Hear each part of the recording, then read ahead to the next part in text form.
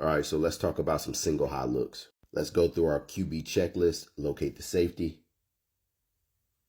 One safety, that's single high. So unlike two high, the middle of the field is going to be closed, MOFC. And some of the weaknesses versus single high that you can exploit are the seams. And then depending on the leverage of the cornerback, you can work this boundary. For summary, versus two high, that's going to be an indicator that the middle of the field is open, MOFO. And the weaknesses of that coverage is either splitting the safeties or hole shots between the cornerback and the safety. We're going to keep these rules as fluid and adaptable and all depending on the play call. Now let's get to the play. So we're going to have these pass catchers at the bottom mirroring these pass catchers at the top. They're just going to be running some form of an out. And as you can see, the cornerbacks are playing off. It's imperative that Levis shows great rhythm here and ball placement. Now from the end zone angle, watch how he drops back, plants his feet, and lets it rip. Okay, so this next play is a perfect example of how play design can be drawn up to beat a specific coverage. Built within each coverage and structure, there are responsibilities each player has. And oftentimes when defenses are playing zone, defenders will cover grass. Let's get to the play. So up top, you're going to have two tight ends assisting in pass protection. Then you're going to have Calvin Ridley running a go and D-Hop running a deep out.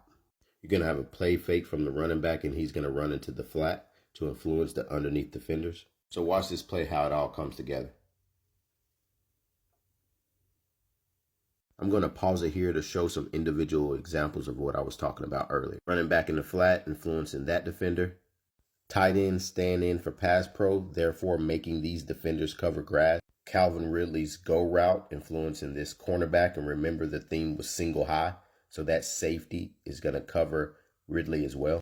And then D-Hop running the deep out. Although this isn't the linebacker's responsibility, it does put him into a quandary because he cannot see D-Hop right behind. If he senses D-Hop's presence, he could easily drop back to make this a more difficult throw.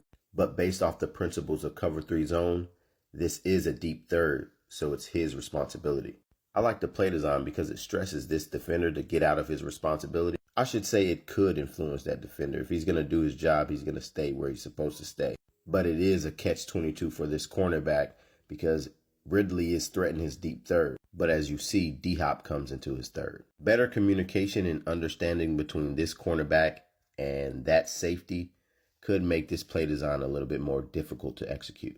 Now from the end zone angle, watch this play fake from Levis. Watch how he climbs the pocket and then delivers a good ball, let it rip. All right, so this play right here in Miami is a good example of how motion can identify what coverage someone is in, as well as finding holes in certain coverages. All right, let's get to the play. So very similar concepts as before. We have these tight ends offering extra pass pro. We're going to have Calvin Ridley motion across the formation and run a clear out go. And then we're going to have D-Hop run a deep curl and sit right between the cornerback and the safety. This running back is going to play fake and then head towards the flat to influence a defender. Let's watch as this play develops. Motion, play fake, influence, curl, completion. Now from the end zone angle, watch how Ridley's motion influences no one to follow him, therefore signifying its zone. Good ball. Now for the play that had the Nashville market in a chokehold for at least 10 days. But before I get to that play, I want to talk about how play design and certain play calls can be called regardless of coverage. Oftentimes, these play calls are either one read or no read. You simply target the player regardless. Examples of this are wide receiver clear outs where you intentionally target the running back, or attacking the perimeter with a tight end running an out and having the receivers block. So it's somewhat of a glorified tight end screen on the perimeter. These are play calls that you can call regardless of coverage that get your quarterback comfortable and going early in games. Now let's get to that play. Nick Vannett is going to run a hook route, sit route over there.